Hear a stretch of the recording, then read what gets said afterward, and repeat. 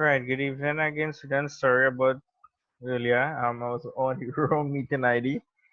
Um, everyone hearing me?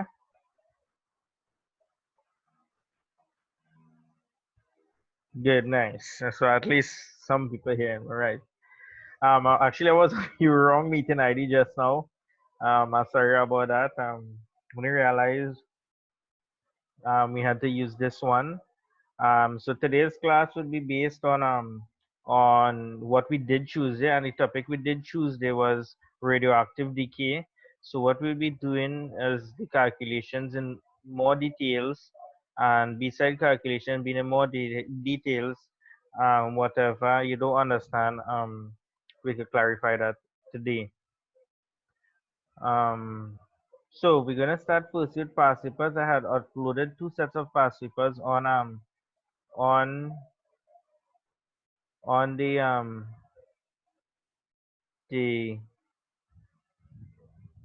WhatsApp group chat, so you would see it available.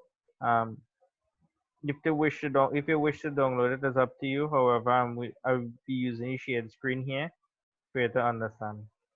All right, so we're gonna start with IGC question first. So we do one IGC, one CXC, and then I'll give you all both one to do, and so we'll continue for the rest of the night.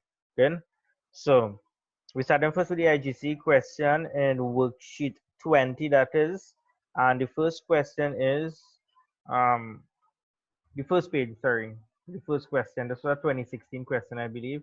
They said bismuth is a radioactive, 214 is radioactive. It has a half-life of 20 minutes. So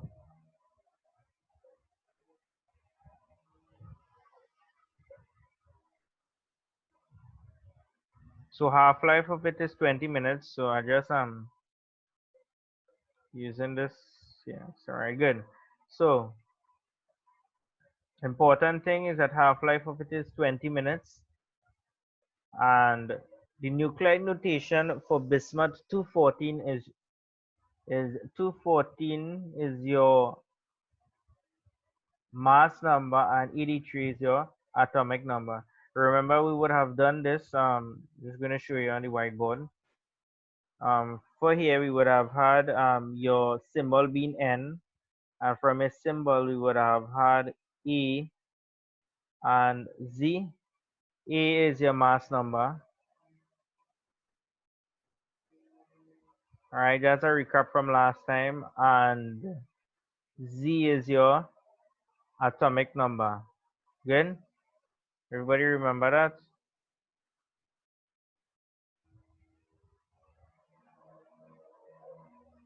Good? And this is your chemical symbol, right? So the question here is said, so that was last time. The question here is say in the past paper, they said state the composition of the nucleus of bismuth 214. So what is in the nucleus? The nucleus of any atom comprised of two things. I'm going back to the note, the lectures, so you would see it where we did it last week as well, last week Tuesday.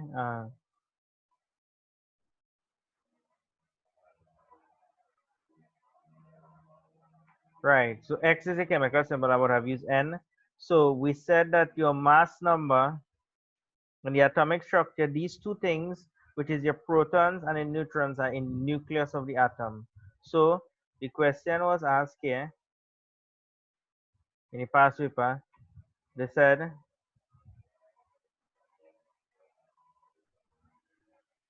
state the composition of the nucleus. So what the nucleus comprise of? Protons and neutrons. How much protons are there in the nucleus? The protons is the same thing as the bottom number. So how much protons does it have?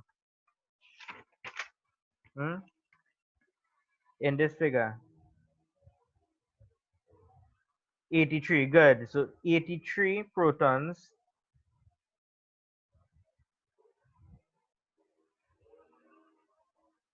And how much neutrons we have? How we find the neutrons?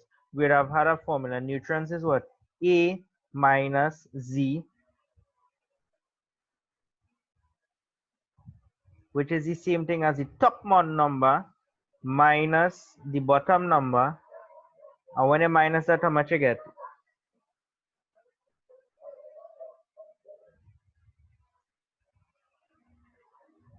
How much you get? 131. Good. So your answer is 131. Good. Everybody okay with that so far? Everyone okay with how we do this calculation so far, right? Good.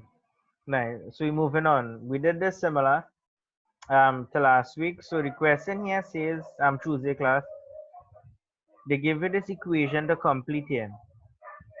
So I'm going back to the shadeboard. So it's 214. So all right. So is bismuth, which is Bi 21483,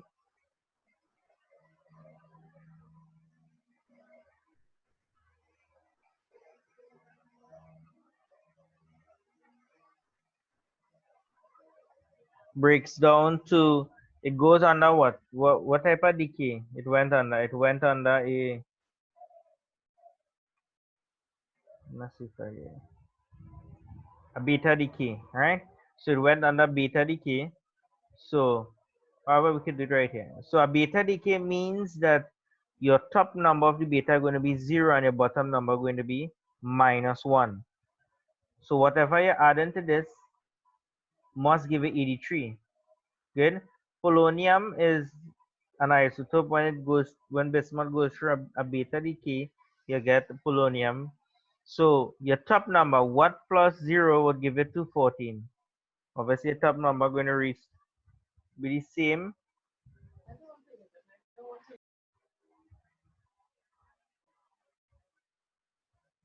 Good. So it's 214. And what going to give you 83? What will the bottom number be in polonium? Something -1 going to give you 83. Obviously, going to be 84. Good. Nice. So that's how we complete the equation. Everybody okay so far with completing that? Nice. Good. So we're going to calculate now the count rate. And I'm going back to the notes for you to see when we talk about half-life, for you to see exactly what we talk about. So count rate is generated from this here, this formula. The quantity of the substance is equal to the original amount multiplied by half the number of lives. All right, that's to find half-life. However, we could use it to calculate count rate as well. Are we doing that?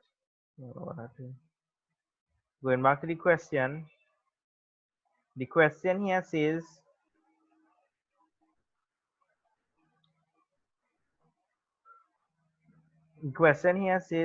the count rate for a sample of bismuth 214 is 360 counts per second. Predict the count rate from the sample after 60 minutes. How much is half-life? If we go back to the notes, half-life is 20. So the formula that we're going to use for this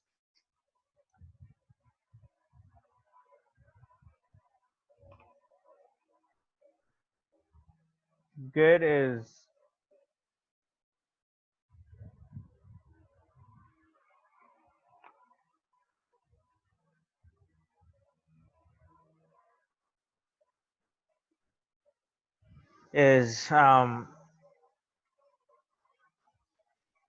count rate.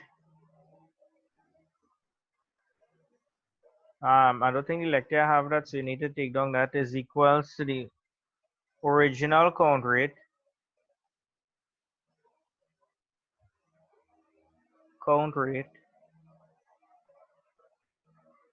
divided by 2 raised to the power of original the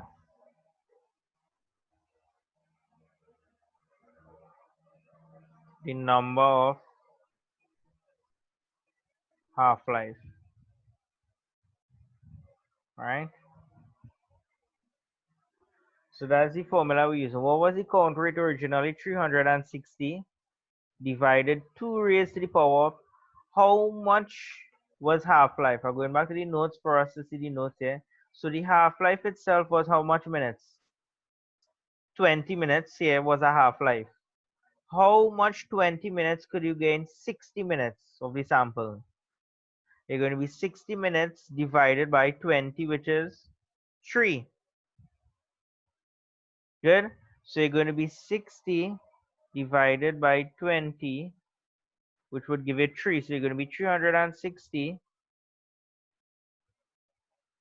divided by 2 raised to the power 3. So it'll be 360 divided by 2 raised to the power 3 is how much? If you use your calculator, it'll be 2 multiplied by 2 multiplied by 2. 8. Good. So your answer is 8. So 360 divided by 8 is how much?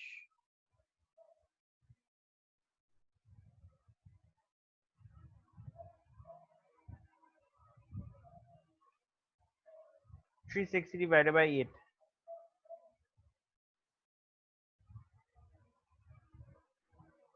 45. Good. So 45 and the unit would be counts per second. Good.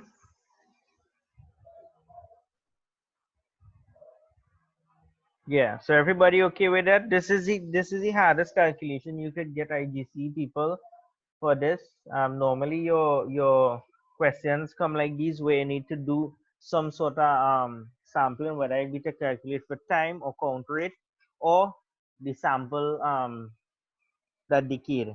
So far we just do count rate, we will do one for time and we will do one for the sample. So you have an idea how to do it in all 3 scenarios. Good. Nice. So we're moving on. Everybody get us part of the screen already, so I'm gonna have to remove it.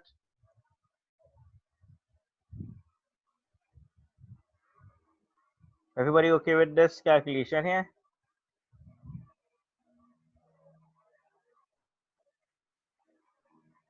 So you can repeat it, please. All right, good. So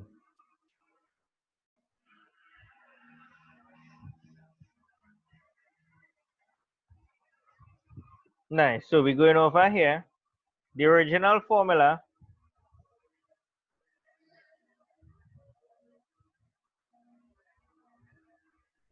Right, the original formula to calculate count rate. Count rate is original count, which is what they have here in the paper. So the past paper said bismuth 214 is radioactive. It has a half-life of 20 minutes. A half-life is 20 minutes.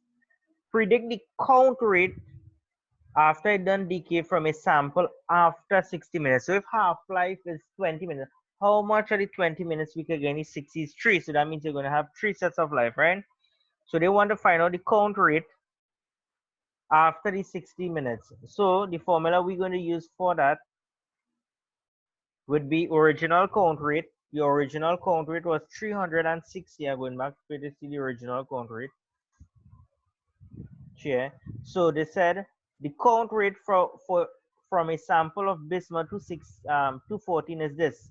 So before the half, so this is the amount of radioactive not the amount, sorry, this is the count rate for it at the beginning of time, 360 counts per second. But after 60 minutes, they want to know the count rate, because normally when something starts to decay, it decay at the fastest point when it now die. When it now die, it decays fast and then it gradually starts to decay after. So that's why you would get this bell-shaped curve here. So you will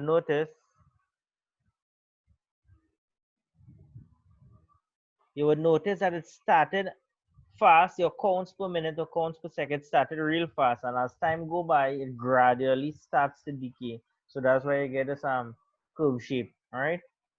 So once any radioactive substance starts to decay at the beginning of time, it decays the fastest and then it gradually starts to decay. So it's 360 counts per second. Good. So 360 60 counts per second divided by 2 raised to the power of number of half-life. How much half-life we could get in 60 minutes? So you're going to be 60 divided by 20. That's how much we're going to know. So if we divide it, you will know that you're getting 3. So you're going to be 360 divided by 2 raised to the power 3. How we get 3? 3 is the number of half-lives from the original. So your original amount of half-lives is 20 minutes. But they want to check it after 60 minutes. So that means that's 3 times the amount of the half-life. So you're going to be 360 divided by your 2 raised to the power 3 is 8. So 360 divided by 8 is 45 counts because the unit was counts per second. Good. So that's your count rate for radioactive decay. Good. This much better? Sir, Yeah. thanks. Or good. Nice. So take it on and then we're going to move forward to the next part of the question. So your answer should be 45 counts per second.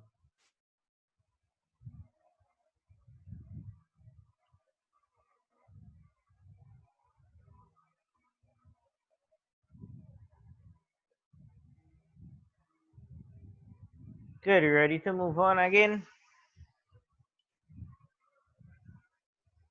Yes, sir. Nice. So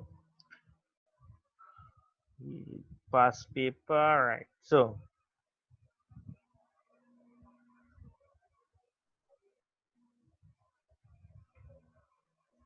your answer here was 45 counts per second.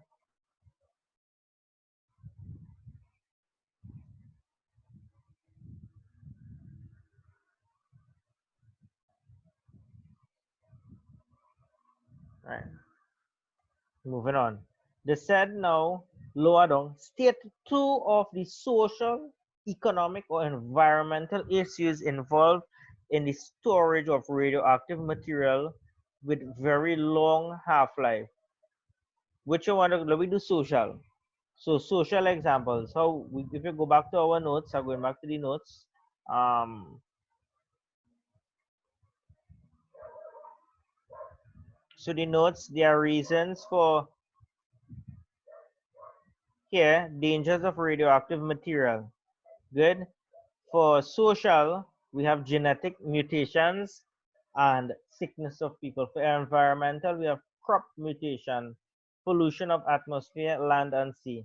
And economical, high cost to store radioactive material, high cost to quarantine the area, and a reduction in tourism. And I would have linked this Tuesday's class to the Chernobyl disaster. So our question here,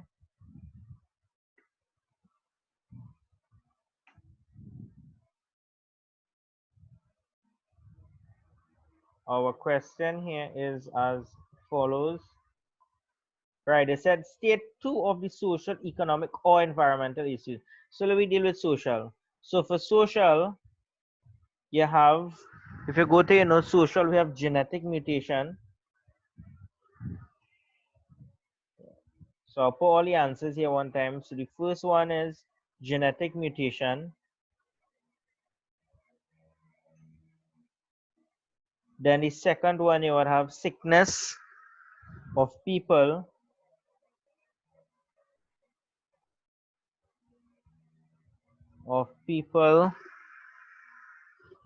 And animals.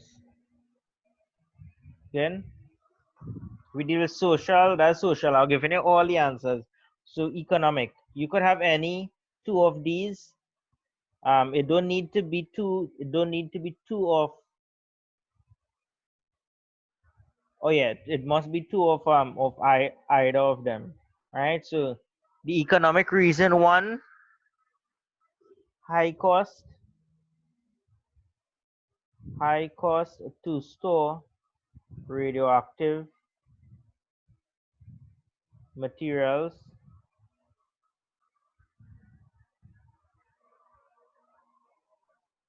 High cost to store radioactive materials, and 2 would be high cost to quarantine area. Good. Then we're going to talk about environmental now.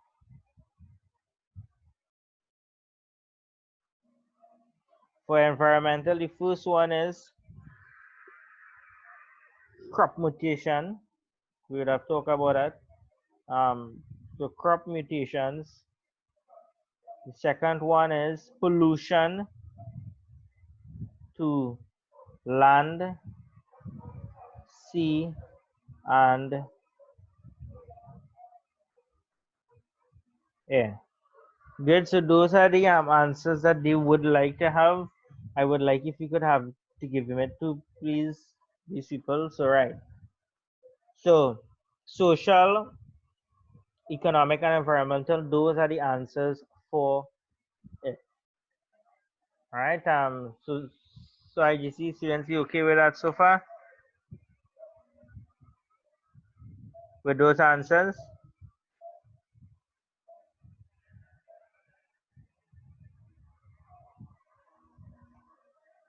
Are you okay with that? Because I want to do move on. Good, nice. So we're moving on now to a take it on because we're moving on to a CXC question. So from the worksheet here,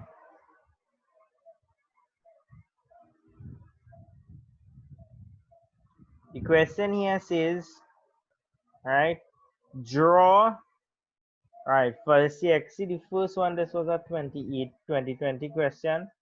They said, three emissions of alpha, beta, and gamma from a radioactive source are subjected to a uniform magnetic field. Good. Um, to their part, as shown in figure 5. We would have had all these in words. I'm going to share in words here. But I had simplified it by adding some pictures for you to understand in terms of how they're going to look here. So I just add this, so I will send this updated lecture to you all at the end of class or during on break or something. Good. So this is how the magnetic field going to be, and this is your radioactive source. You're going to disperse it, and as was said in these pink ones, for your alpha, they're going to deflect to the negative to the south pole, which is not the south pole, out into the page 90 degrees. Beta out of the page 90 degrees, and gamma it doesn't be affected. Good. And this is how the drawing is. So we just continue with the drawing, right? So here the question says three emissions alpha, beta, gamma from a radioactive source are subjected to a uniform magnetic field. By the way, IGC students, you could start working on this question here if you wish.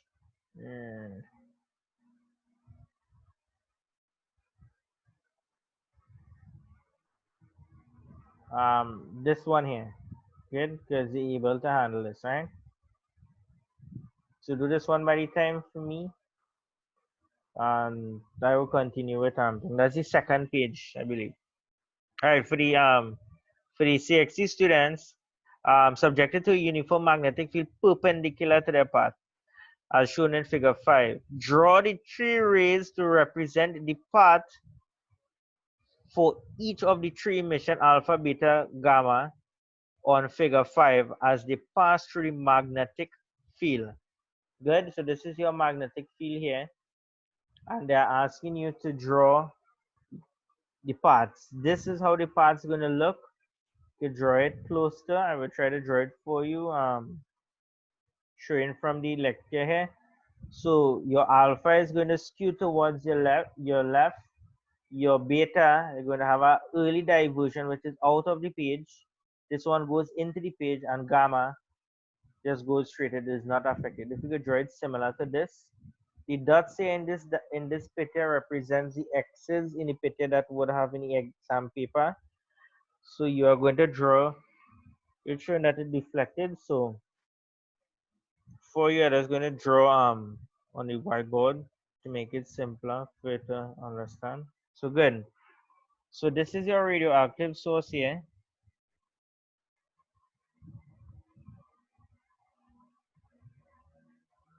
Good, and you have some X's here.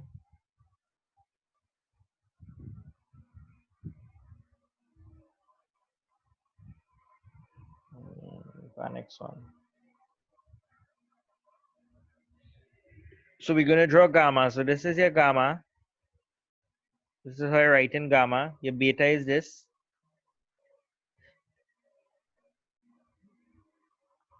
And your alpha is this. Good? Well, my drawing isn't that perfect, but you know now. It's simple. Good. Let's see if I can get that.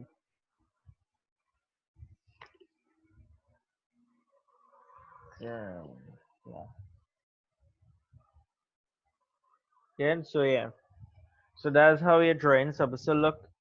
So you could draw it, sketch it or something. If you have the worksheet printed, it's much easier. You could work on it one time.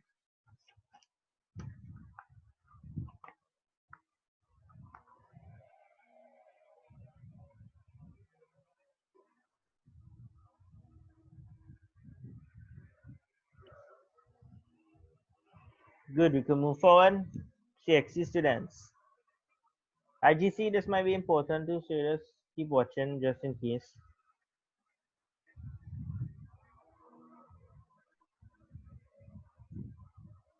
Good, nice. So we're moving on. Next question now in the paper share. So everybody okay with that, right? IGC students.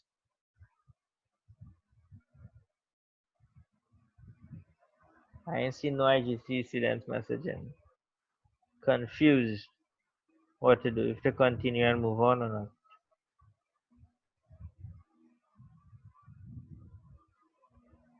Nice. Right, so the question here says the magnetic field is replaced by an electric field. Draw the three rays to represent the part of each of the three emissions.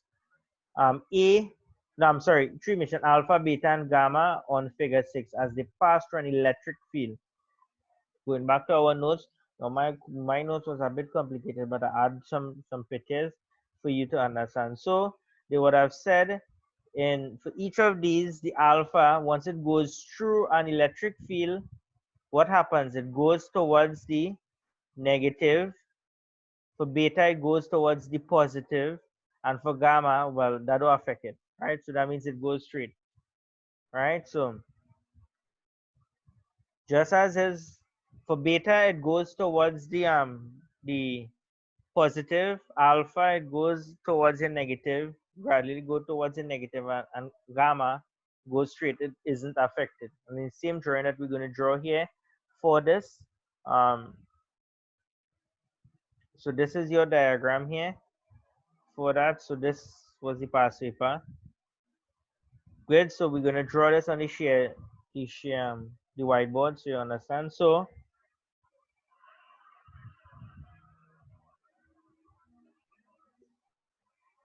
this is your radioactive decay, your radioactive substance again. Well, your source. It goes, three lines go like this. This is your negative. These are your positive. What happens to your beta again? Your beta go directly towards your positive, so your arrow going to look like that. Your gamma isn't affected, so gamma is just there like normal, go straight. And your your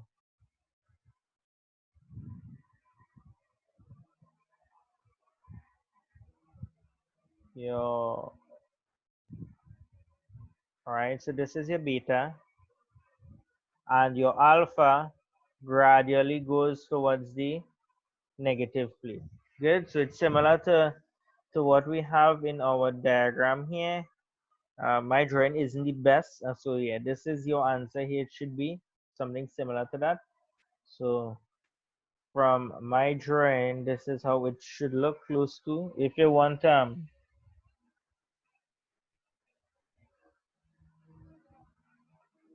what fixed values.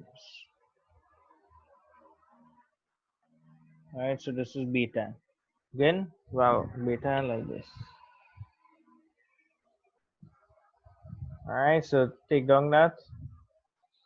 So everybody understand how the electric field operates. So for the electric field, the alpha gradually goes towards the negative plate, beta is strongly attracted to the positive plate, and gamma, well, is not affected by either uniform or magnetic. Good. So we're moving on to the next part of the question now. Here it says an unstable isotope of lead 1082 Pb undergoes exactly two sequential beta decays. All right,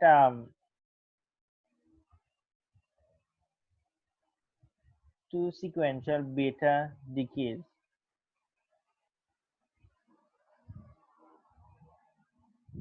beta particle decays, followed by an alpha particle decay to become, well, that value.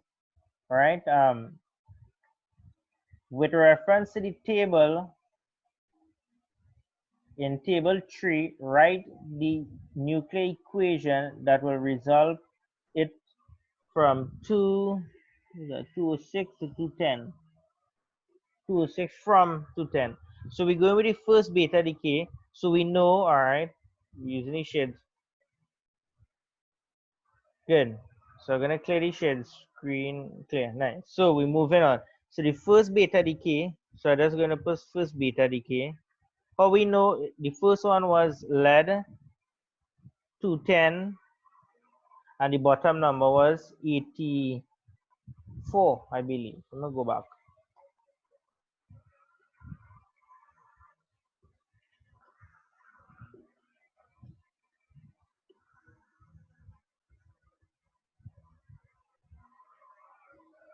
All right, I'm gonna go back to the notes to see, right? So if you started off with or 10 um 21082,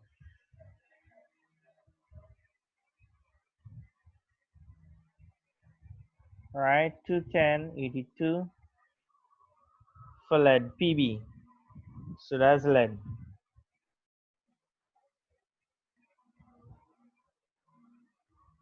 So we're going to the whiteboard, right? So it's 82. Here should be 82, sorry. Right? So we're going through beta, and with a beta decay, we know that beta is 0 and minus 1. So what here should be 82, right here. So what an 82 going to what plus minus 1 going to give you 82? You're going to be 83, right?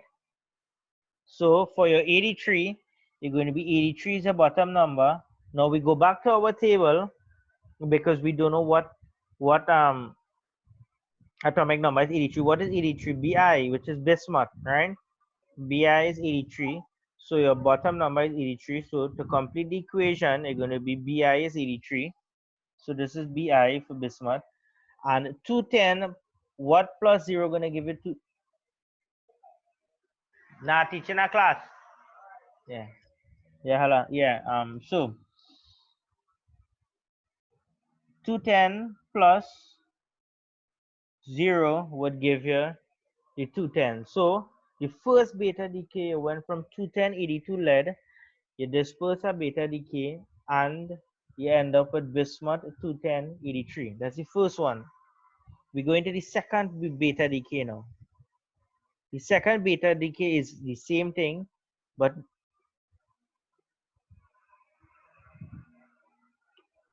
now we're going from 21083 bismuth to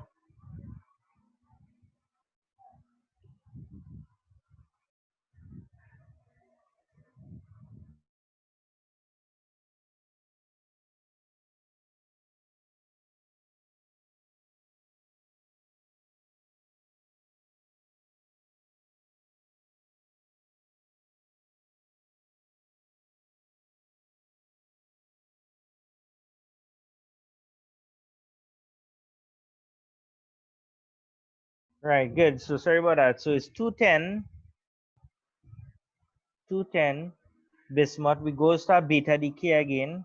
which is 0 and minus 1, all right, plus what minus 1 going to give you 83? Obviously going to be 84. So going to be 84 is your bottom number. We do not know what element is 84. So what we do, we go back to our exam paper, past paper, which is polonium, which is your atomic number is 84. So polonium, which is PO, good, and 210 plus what going to give you what going to give you 210 plus 0 going to give you 210 as usual. Good. So that's after the second beta decay. Everybody okay with this so far? Well, this is the same question that has come for IGC this type. So for both parties, are you okay with this so far? Nice. So we're moving on. So now after the beta decay, they had asked us to do what? Alpha decay. So we're going to do an alpha decay now. I could erase this first portion or everything. I could erase everything.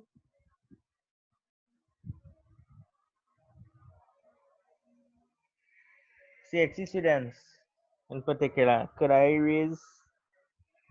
All right, good. I'm gonna clear it. Nice. So the last thing we had, what now we need to do an alpha decay. So the last thing we had was 210 polonium over 84. Now in alpha decay, we know that alpha, you're going to add 4, you're going to minus 4 and minus 2, which is you're going to minus 4 from your mass number and 2 from your atomic number. So 84 minus 2 is 82. What element was 82? We go back to the past paper to see. What element was 82? 82 was lead. Good. So we're going back to lead. So 82 was lead. So that's PB. Oh gosh, sorry. Right. So lead is 82.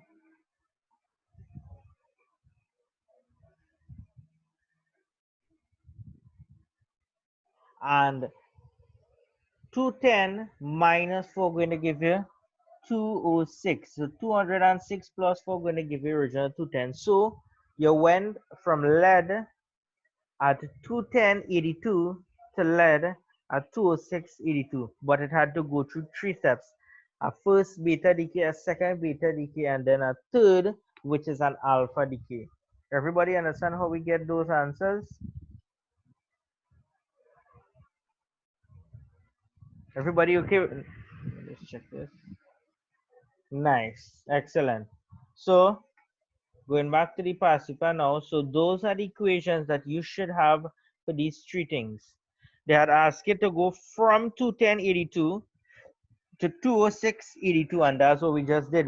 Our final answer was 2, showing back from the thing, 206.82. This is what they want to see your result at. Good, and that's what we get from the original, which is 210.82. Good, which was 210.82. So that's exactly what they would like to get. Moving on. They said calculate the energy given off in a nuclear reaction if the mass is 0.3018 U. U is the mass of the substance, whatever the substance is, and C. Now I wouldn't have given you this, so you could write down this equation um on your in your book. So clear all right. So we'd have this equation: E is equals to mc squared. This is Einstein equation for nuclear reaction. That's how I calculate energy. M is mass, and your mass is given in kilogram. C, you go back to your past paper. C is what C is? C is the speed of light. Because remember, it is energy from nuclear reaction. Obviously, from the nuclear reaction, light is going to be given off some form of light because of the burst of energy. So c is the speed of light, and we know that the constant speed of light is 3 multiplied by 10 to the power of 8 meter per second. So that's the speed of light, and that's a constant value, and that's 3 multiplied by 10 to the power of 8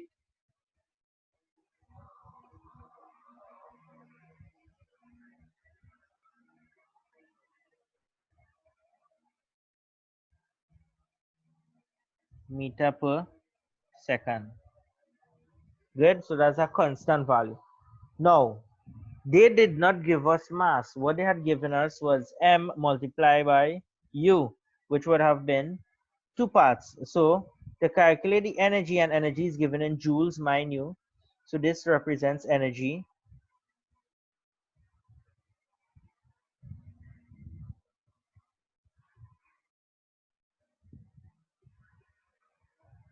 And your unit for that is in joules. Good. So energy is mass. Going back to the question, your mass in this question was calculate the energy given off in the nuclear reaction if the change in mass is this value. And this was the original. So you had to multiply this value by this value here. Good. So it could be 0.3018 multiplied by this value. Good. And then multiply by this value. So let's try to remember that value. Yes. So it's going to be 0.3018 multiplied by going back to the question.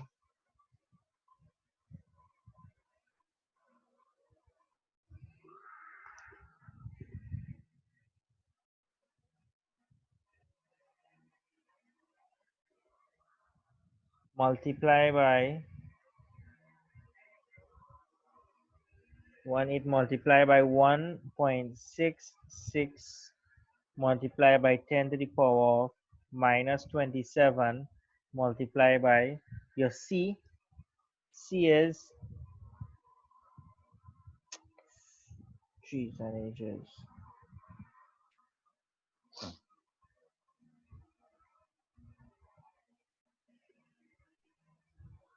What was c value? C value was 3 multiplied by 10 to the power of 8, and you're going to square this value. So we're going to work that in our calculator to see what we get. Whoever have a calculator at the hand, I would explain to them how you're going to do this calculation. So first you're going to start off with the first digit be 0.3018 multiply by 1.66 exp in your calculator. Then you press in plus or minus for the negative sign of the power 27 multiply by open brackets 3 exp 8 close brackets squared x squared equals to, you should get something like 4.5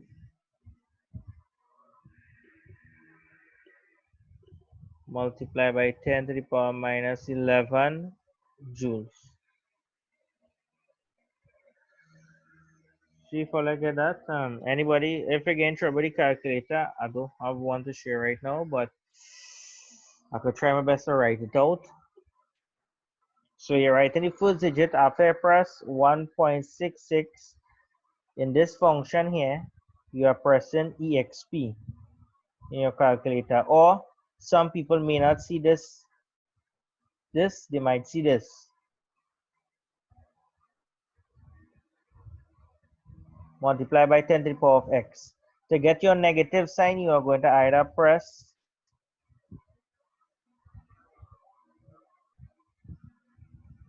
to get your negative sign, you're going to either press plus or minus. In some calculators they have that, or you will see a small minus in bracket. Good, that's to get the negative power. To get this power now, Here, you're just looking for this function x to the power 2 in your calculator. I think all the functions are about the same. And then you press the equal sign at the end to get your answer. Again, let me know who did not get that so I could try to run it through again. I'm hoping that I get it done.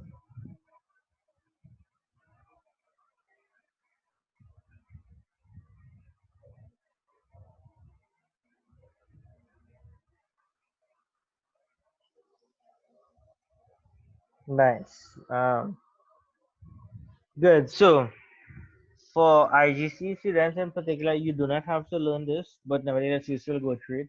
Energy, your energy formula is E is equals to mc squared, which is Einstein's equation for energy.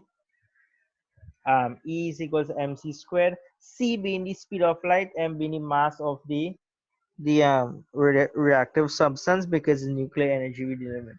So energy is equals to m. How we calculate m? In our question, they had given us m as 0.3018 multiplied by u. What was u value? U was 1.66 multiplied by 10 to the power of minus 27. How we are going to get multiplied by 10 to the power of? You either press exp in your calculator. Some calculators have exp, or you would see this function multiplied by 10 to the power of x or y. Good. That's to raise it to the function. However, because the function is a negative, good, because the function is a negative here, you need to use this formula, this in a calculator, this button, a plus or minus, or a small minus sign in brackets. Those, that's to give it the negative. Then you put in the 27. You continue multiply by open brackets, 3 multiplied by 10 to the power of 8 close brackets, and you want this function. How are you going to get x to the power 2?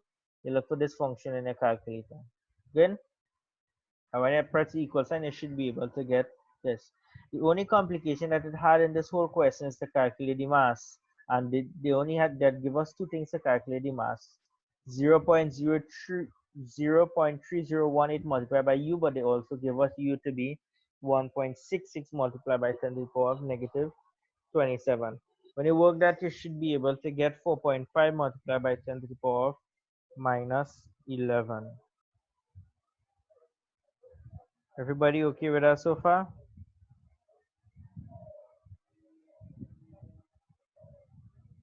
Everybody okay with that so far? Yes, sir. Nice, good.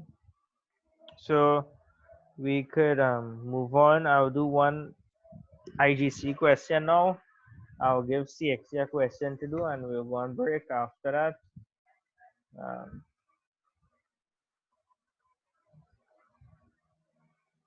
so, right, so we're going on to so for CXC, we could try this question here. Let's see.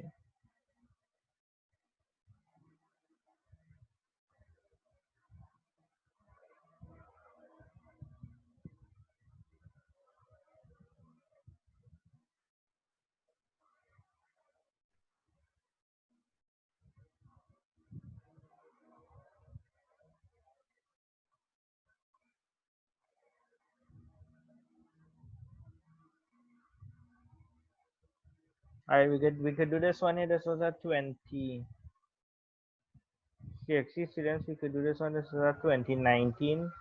So we could do this question here, CXC and IGC. We're going to work on this one. So CXC, that's page 5 in your worksheet. Go through it and we could start it. You need my notes to complete this. And IGC, we working through this here now, and then I'll give you one to do while we're on break, right? So we continuing with IGC now. They said the nuclear equation below shows the decay of plutonium Pu nucleus to americium, which is Am nucleus, and a beta particle. Then state the quantity that is represented by the letter Z. What does Z represents in our notes? We go back to the notes. What Z represents? Z represents the atomic number. So for Z, that represents our atomic number.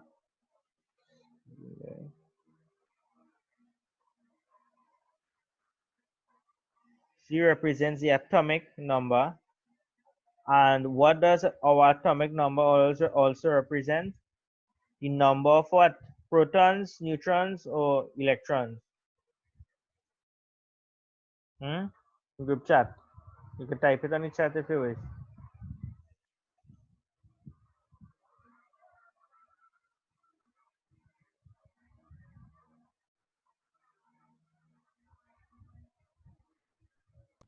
Protons. Yeah, protons. Good. Nice. So is proton the number of protons?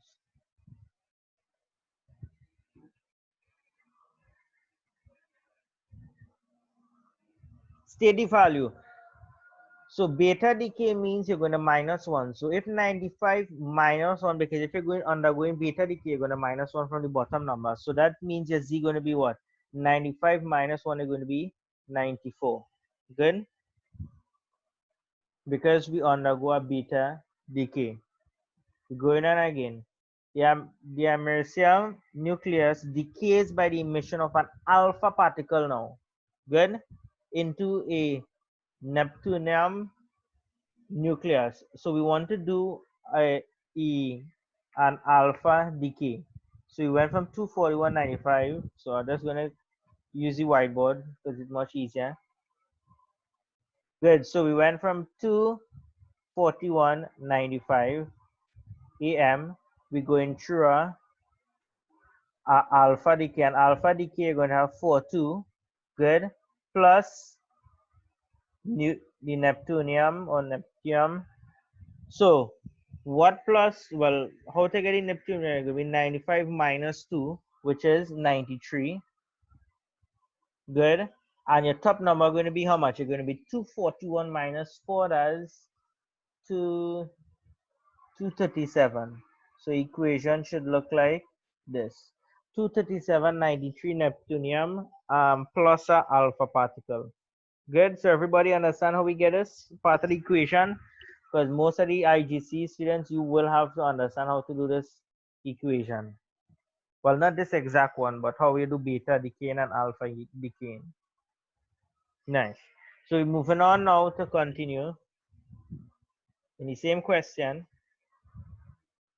It says later down now, calculate no half-life of the americium nuclide is 470 years. So that's half-life. A sample of the nuclide contains this amount.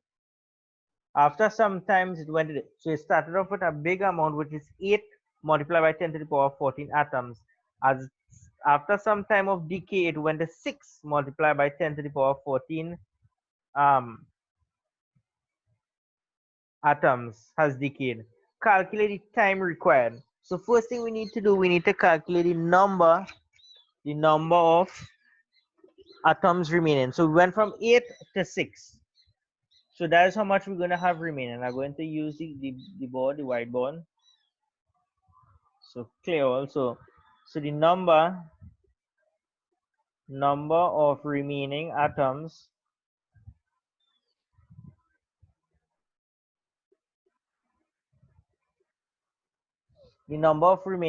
was the original amount. What was the original amount? 8 multiplied by 10 to the power 14 and 16, 6 decayed. So 6 multiplied by 10 to the power 14. So when you minus it, 8 minus 16, so you only have 2 multiplied by 10 to the power 14 atoms remaining. So now we need to calculate the time it takes to remain to that. So we went from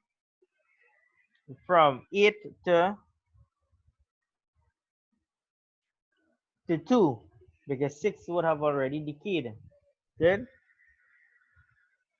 So far, all okay with the amount of atoms. So we calculated. We take the original amount and we minus the amount that decay. Just showing it back here. The original, Yes. amount is 8, and after some time, this amount was decayed. So the remaining that you have is 2. So after the calculated time, we know that half-life of the americium nuclide is 470 years. So if half-life is 470 years, we need to calculate the time it takes to decay. So that means I'm sorry. So that means, going back to the shared screen,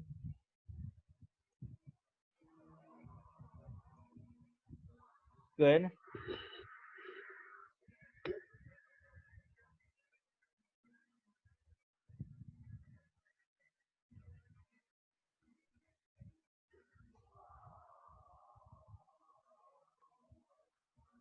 No, I'll wait on it. Um,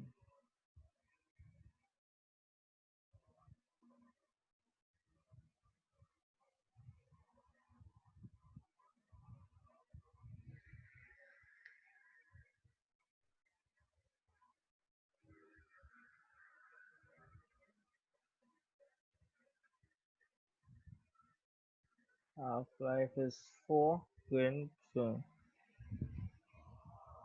270. Okay.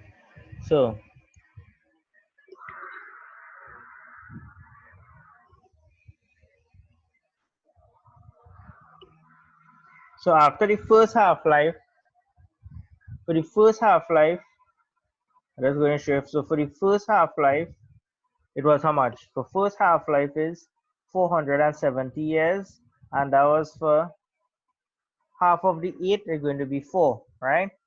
4 multiplied by 10 to the power of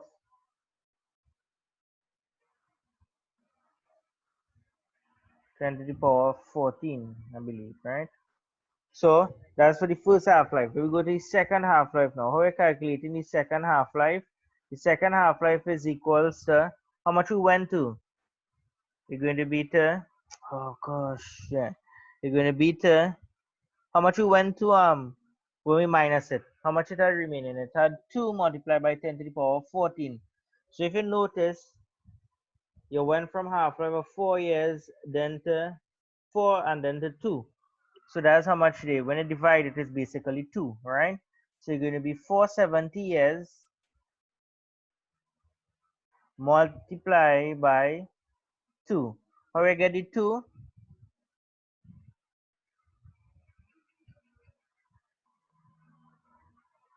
How we get the 2 is the 2 quantities, the original half-life minus divided by remaining. It's the same thing as was explaining as how we calculate the number of half-life. How we calculate the number of half-life is 2 raised to the power of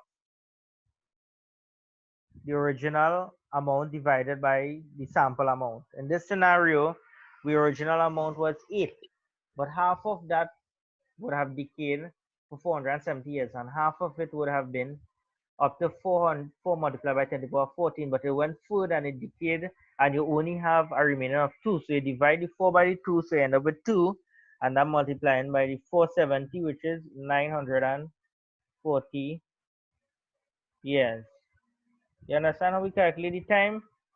I'll do a next example when we come back out after break, and we should take break in a while soon. Yeah, so your answer is 940 years. How we get this 2? This 2 comes from 4 multiplied by 10 to the power of 14 divided by 2. You're going to get 2 multiplied by 270 years is 4. I don't want to write over because I wouldn't have much space. I'm just showing you how we get the 2 here. All right, this 2 comes from this whole portion here. From this here. Then, so your answer is 940 years.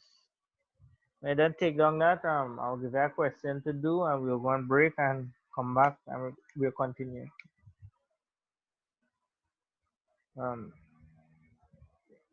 nice. So your answer here should be 940 years. Again, so let's scroll along to see.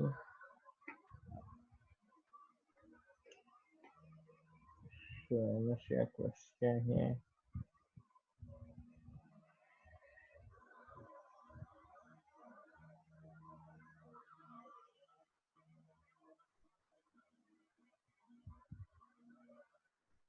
Better we do this question here.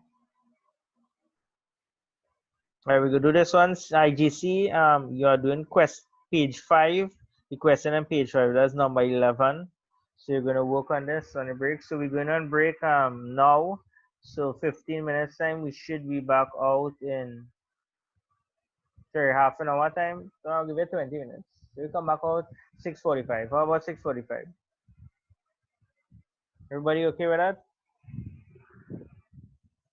Class? Yes, sir. No problem. Nice. So 6:45 resume class. 6:45 p.m. resume class. All right. Nice. And we come back, we'll do the questions that we would have done. But we supposed to do on the break, right? That's some teeth and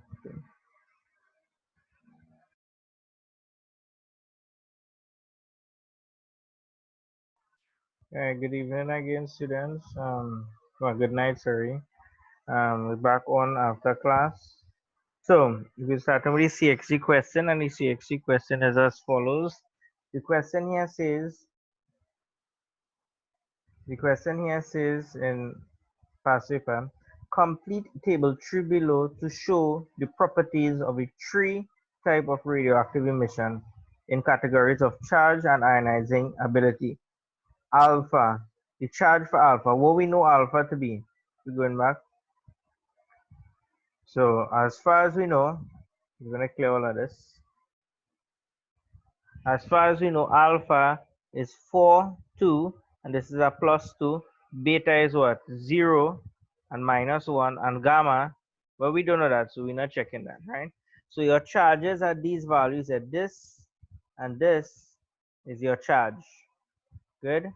So for alpha, your charge is what? Plus 2. So your answer here for, just going to show for here, should be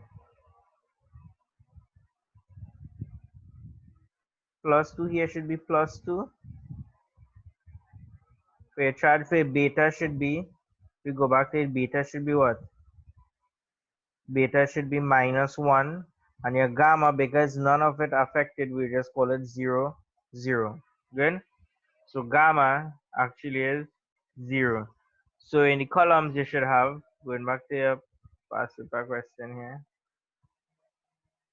For your first row in your column here, you should have, for alpha, you should have a charge of plus 2, beta is minus 1, and gamma is 0. Good. Ionizing ability. This would be based on high, medium, or low. So if you want, we could go back to the notes to check it. Going back to the notes. So for alpha, what we say about alpha, alpha have what? Alpha have strongly ionizing. So we're going to put that as high. Sorry, we're going to put that as high. So ionizing ability is high for alpha. Good. So here should be high. For beta, we're going to check for beta now.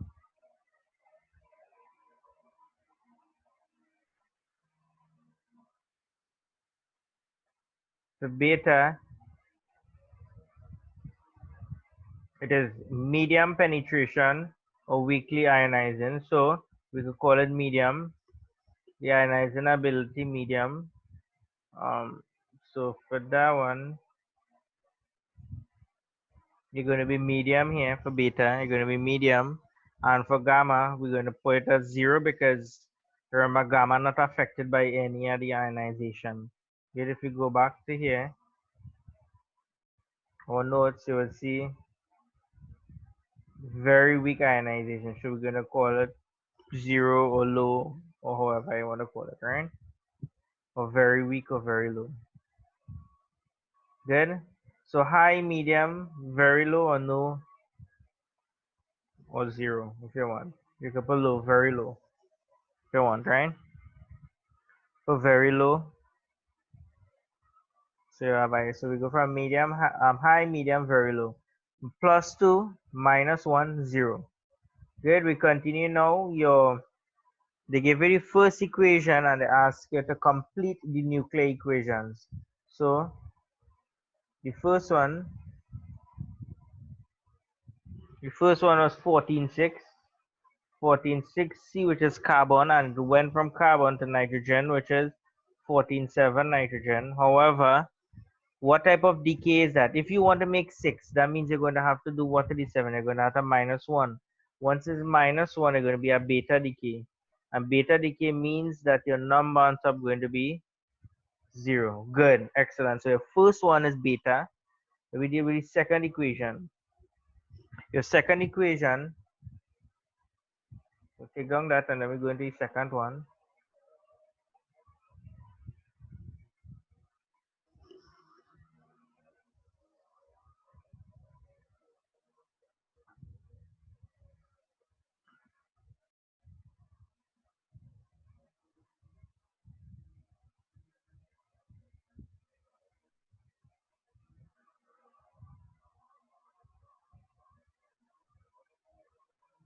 Mm-hmm.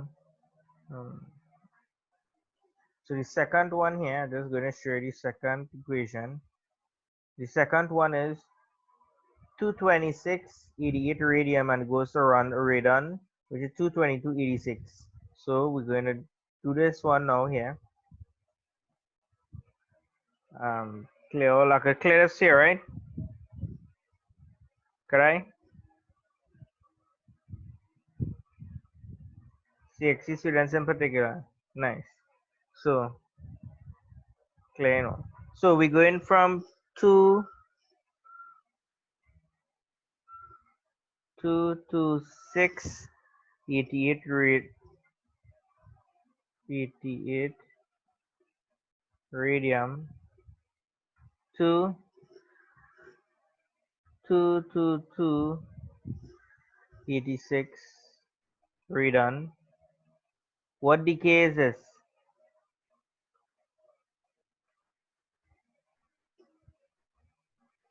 It had to be alpha because we went from 226 to 222, so that's 4, a difference of 4. Good. So anything with 4 is alpha, so that means the bottom number is going to be 2. So it's going to be 86 plus 2 is 88 here, 86 here, plus 2 going to be 88, and 222 plus 4 going to be 226. Then so that the second one is the alpha decay. That's why we use the alpha symbol. All right. So everybody okay with that so far?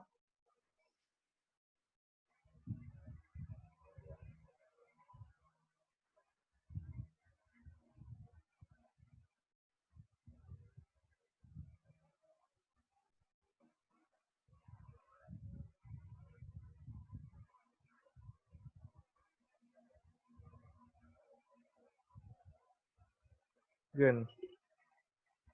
Nice. We're going on to the next question now. So, right. So we have a count rate here calculation, half-life. Good.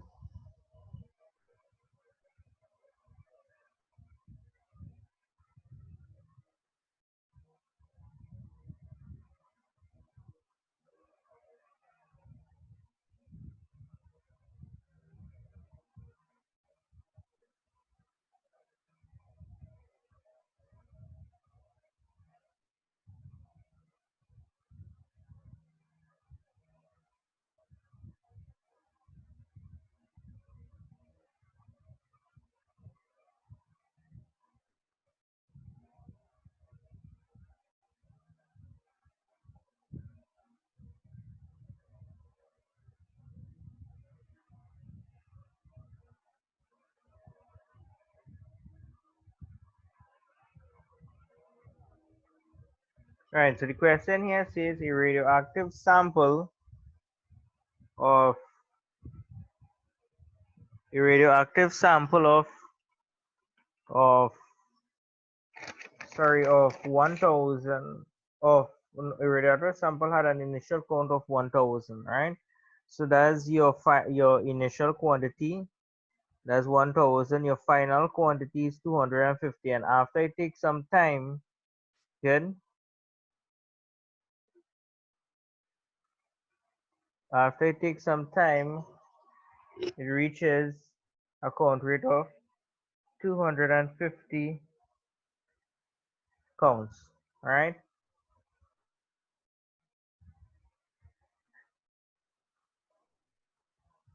The initial count was 1000. The count rate was 250 after some time. Good. Calculate the half-life of the sample. Good. So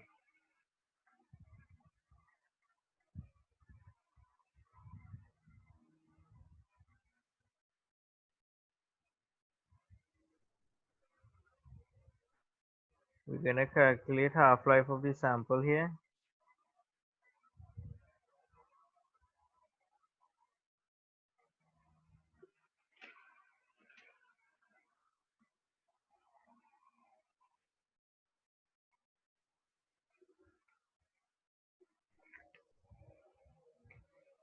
Then we go back to the notes here.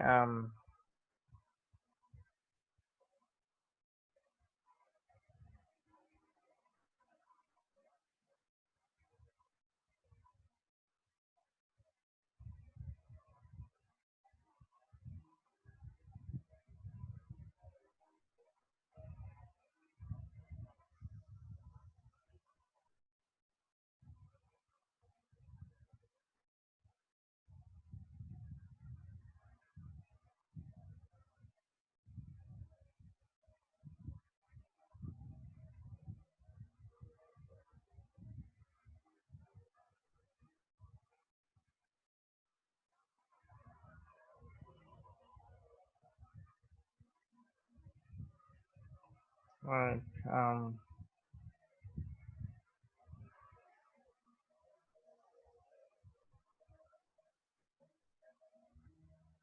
So,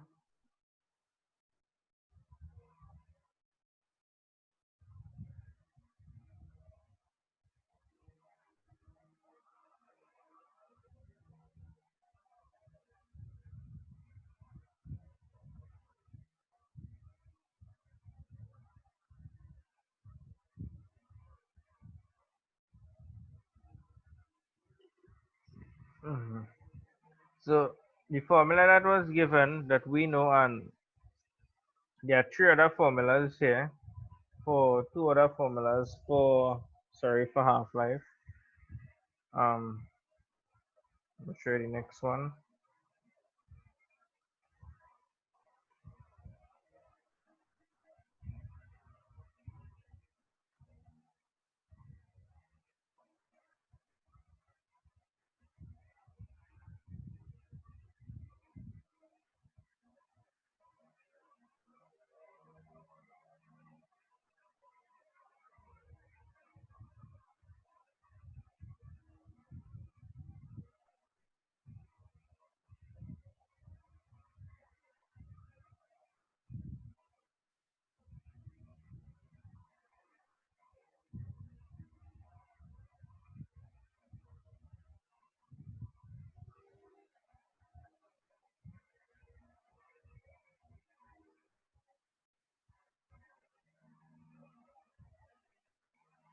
Yes,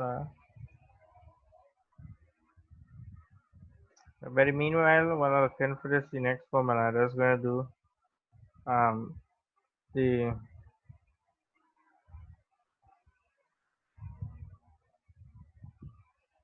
IGC one by the time. So if just pause this CXM and just continue the IGC while I get this next formula for them. Alright, so the question here says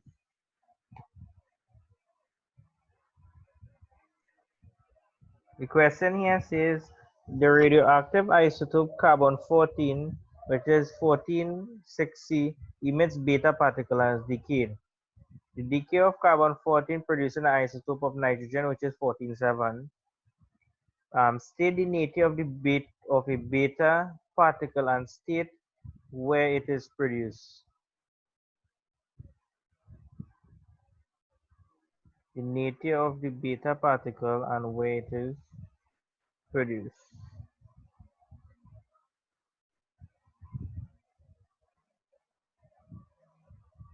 Go back to the notes.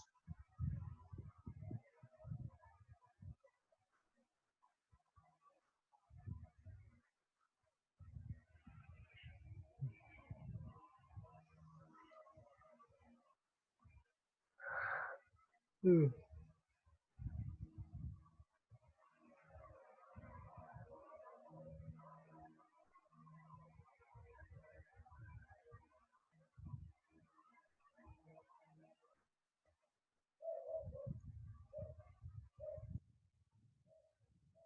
Right. So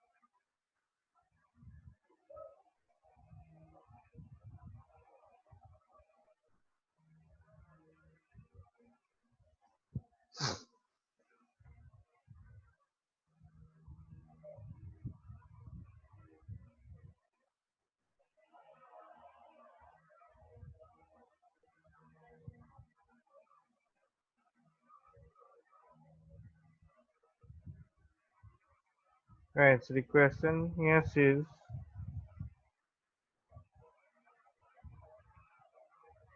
right. So the question here says, sorry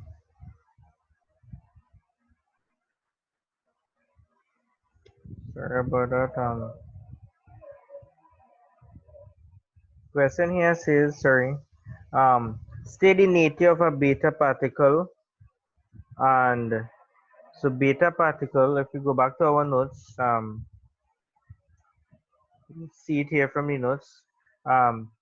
Beta particle, high energy nuclear electrons formed when neutron transmute to proton. So it's high energy nuclear electron. So it's basically a nuclear electron, right? And where it is from, it transmutes, is formed when a neutron is located where? In the nucleus.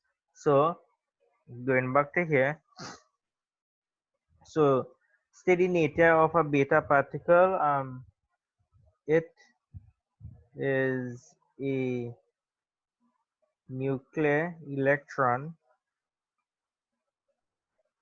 nuclear electron, and where it is produced, and is produced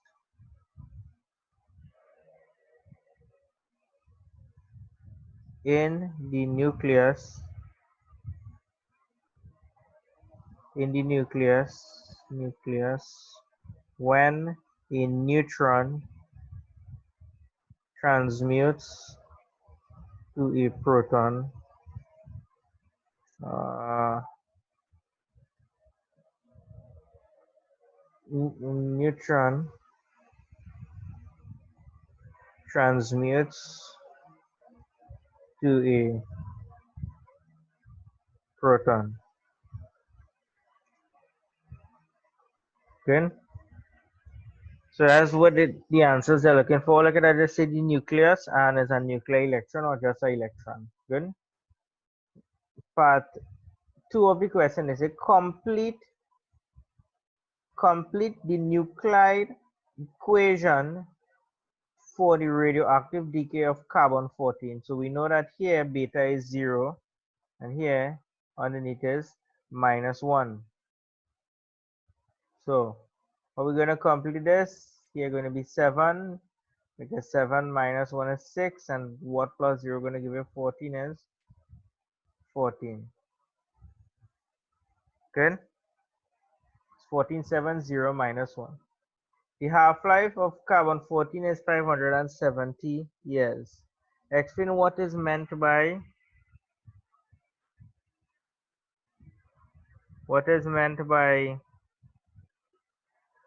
half-life.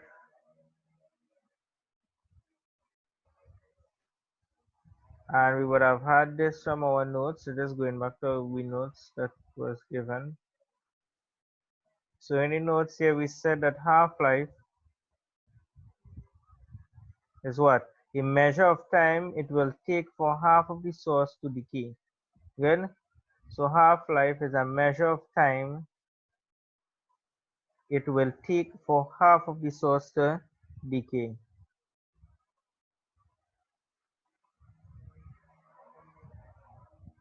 So measure of time it will take for half of the substance to decay. Then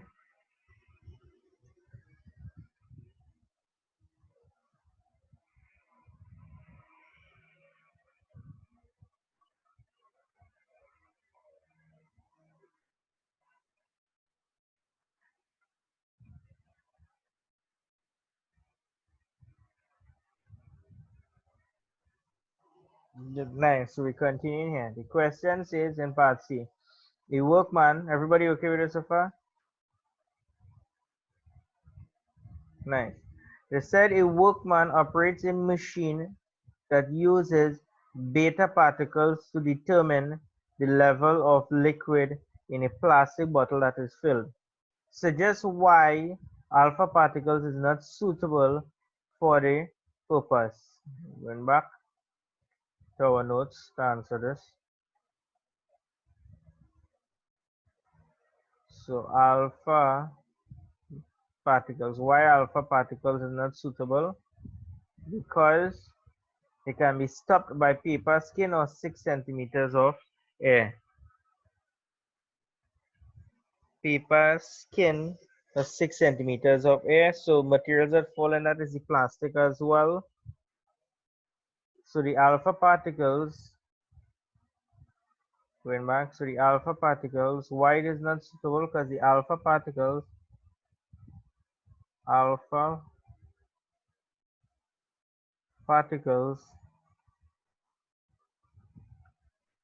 will be absorbed by the plastic. Well, instead of absorb, we could put stop, will be absorbed or stopped by the plastic bottle. It's a plastic bottle. Right? Then, so yeah.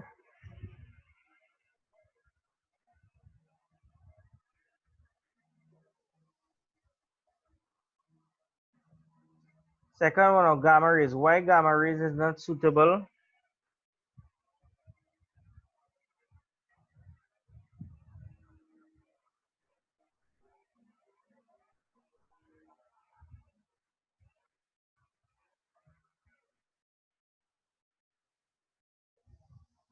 There's let me go back to the notes again. Let me see about the gamma now. For the gamma rays, we are saying here, high frequency, high energy electromagnetic wave travel fast, very strong penetration, reduced by lead. I'm not affected by electric or magnetic rays, very weak ionizing. So that means if it have very strong penetration, it is only reduced by lead, and as water bottles we dealing with. So that means it means that you would not get a correct reading. So gamma rays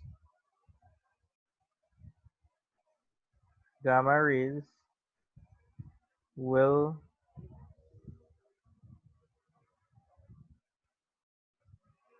penetrate through bottles, giving false reading. All right. So both of them here they're gonna give you false reading. It's gonna be stopped by the plastic bottle. Instead I use absorb. The stop by the plastic bottle given false reading. That's why we're not going to use it as well. Given false reading. Good. IGC students, you all okay with this?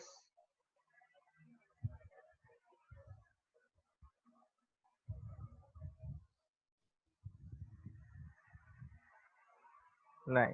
So let's see if I get next question for you to work on by the time.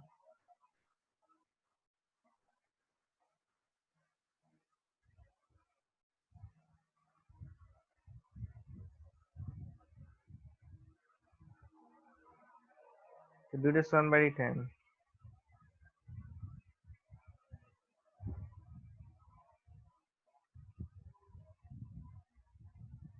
No, wait. This is. Let's start from here. Let's start from here. So you could do it here. Page 7, page 8. And CXC, we're going back to work on this here. So your count rate, they said your original count rate is 1,000. Your initial count of 1,000. After 15 hours, the count rate was 250. So it went from 1,000 to 250. Calculate half-life of the sample. So half-life of the sample going to be what? How much time are you going to take? If the balance, you went from 1,000 to 250. So that's saying 1,000, half of 1,000 going to be how much? 500, right? So your half-life sample, calculate the half-life of the sample. It would be around, let's see how to work this on.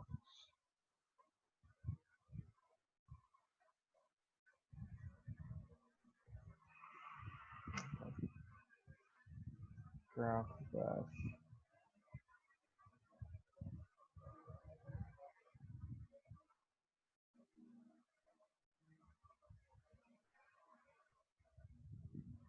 All right. So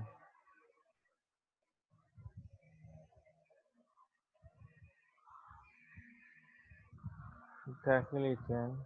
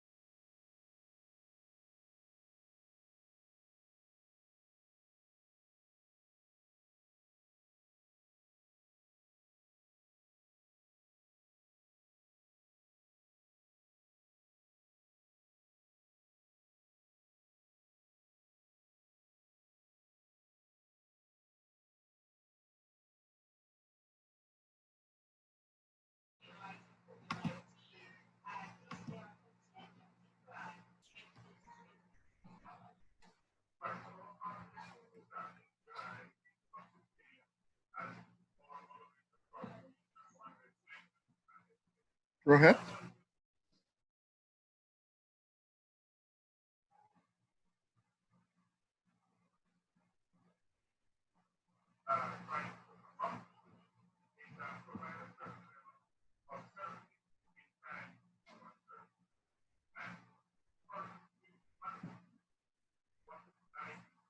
Rohit, you there?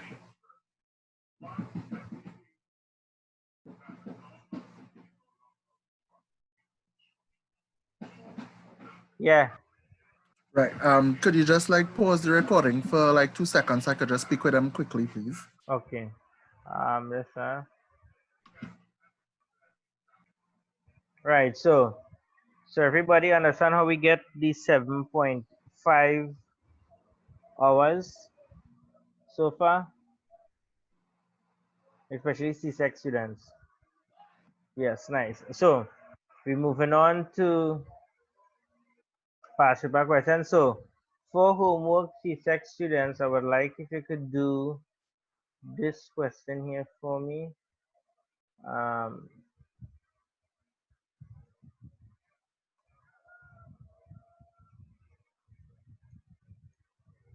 Right. You're doing this one here for me. Page 14 straight up to 17. Right? It's a graph, so you're gonna need to draw the graph and prepare the curve and so forth, right? So pages 14 to 17, you are going to do this for me. We'll do that first before class start, and I would pose some multiple choice questions by Saturday, hopefully. Wait, tomorrow is Saturday? By Sunday, sorry. By Sunday, hopefully, for CSEC students, IGC students, I think I would have um, given some past paper questions to some students already. And for the outstanding students, I'll make it accessible for you all on the Google Drive. So for CSEC students, you are doing pages 14 to 17, which is a graph you need to draw. So you're plotting the graph and you're calculating whichever they ask you to do. More so in our calculations really is calculating values, but you're gonna see how to do it. If you don't understand, just draw the graph at least, and from there we will work out the rest of the questions. I just wanted to plot the graph. For IGC students, well, we're gonna work on this one now. Good, and then we're gonna. You could do this one for homework for me. Yeah, this page 11. You're gonna do for homework for me. All right, page 11, and you know what? 9, 10, and 11. Do pages 9, 10, and 11. So I'm gonna write down that in a group chat. So for C6 students, homework.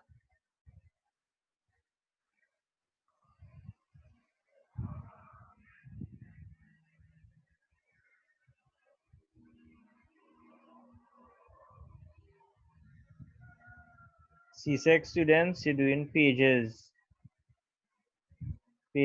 14 to 17. IGCE, you're doing pages 9 to 11. Good. We'll start with that for class next week and then do what we have to do. So we're just gonna finish up this one question here and just wrap what we know so far. And that's it. So the question here says in this question, sorry, things sticking. That's all.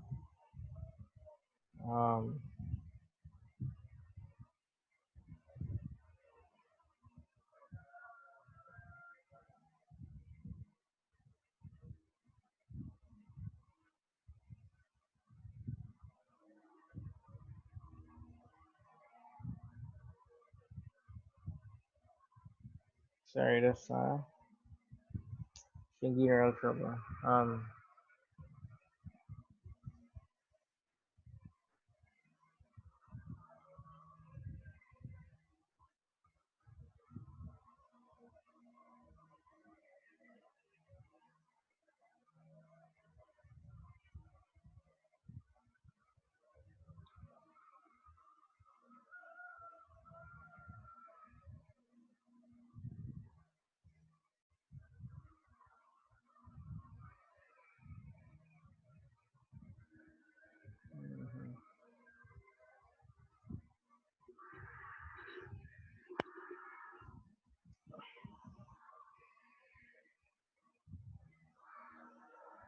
Right, so the question here says here, as follows. Sorry, I might get back the question. I think we did this part last Tuesday class, but still,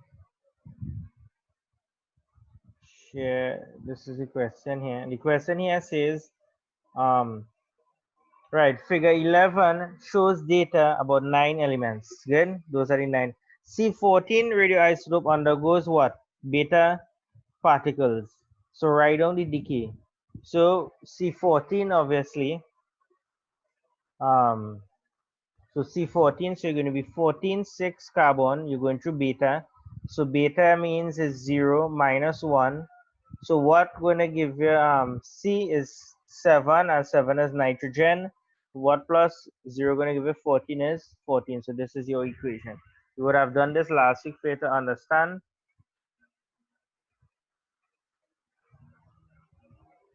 Okay with that? Everybody okay with that? Message in the group chat, so obviously. Nice. So we're moving on. Next question in the same passage of here. Lower down they said a radioactive sample is detected. Right, radioactive sample is placed close to a detector. The radioactive isotope in the sample has a long life. The detector records a count rate of 597 counts per second. 597 counts per second. Good. They said figure 11.2 shows the readings when different materials are placed between the radioactive sample and the detector. So a sheet metal 602 counts, 600, a tin aluminum 598, and a piece of tin lead 510. Explain whether any alpha particles, beta particles, or gamma rays are emitted by the radioactive sample. So we're going back to the notes, which we would have understood in our notes that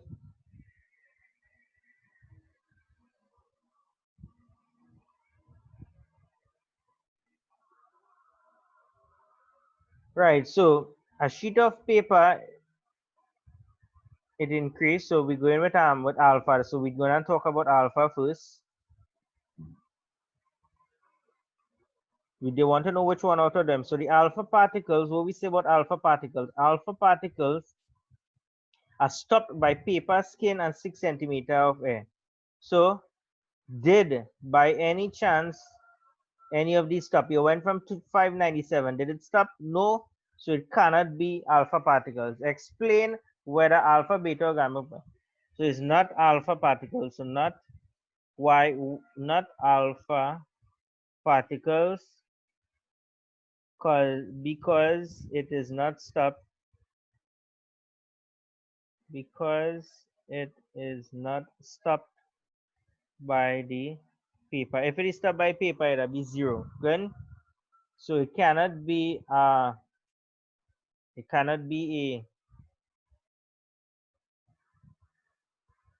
it's not alpha particles. Let me see what beta now. So we're going back to the notes now. So not alpha particles. Why? Is because it is not stopped by the paper. So we're going on to the beta now. So beta particles, medium penetration, absorbed by 3 millimeters aluminum. Let me go back now. So we're going back to the aluminum. So it was 597, but we're going to 598. Was the particles absorbed? No. So it cannot be. So it's not beta particles. Why? Because the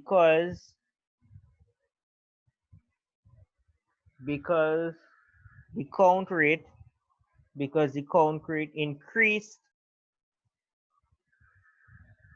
with the aluminum. The count rate increased with the aluminum. And what's supposed to happen if it's beta? Beta, it's supposed to decrease, right? But increase.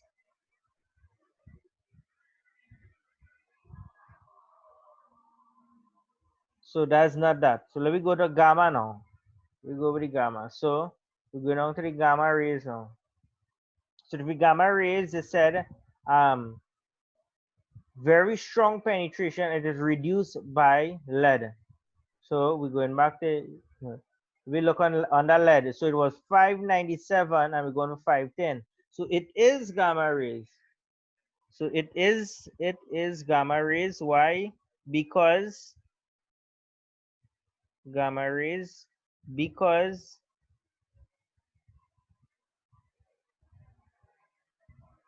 its count rate was reduced with lead, because its count rate was reduced with the lead only. Every other one, it went through like normal, it increased. Good. So your answer for it is gamma rays. So it is gamma rays. So IGC students understand how to do a question like this. If they ask it to deduce from whatever data they give you.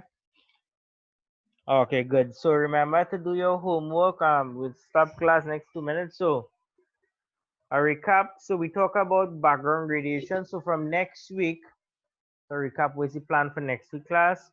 So when we come on next week, I'll just touch on these two questions. We will do that. We'll go on break, come back and do some multiple choice questions.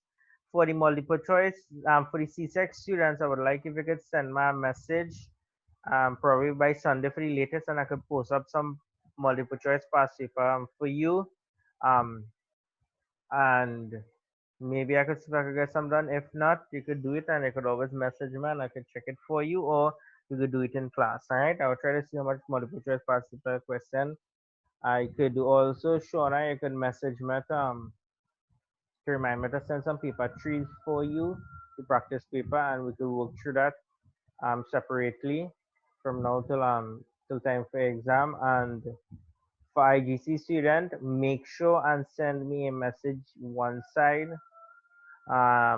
indicating that you are writing exam. If you are not writing exam in May, June, or you have not signed up for it, then you could ignore this information. However, if you are already signed up for it, please forward my message so I can put things in place to forward to Mr. Linden to forward for upper level. Good.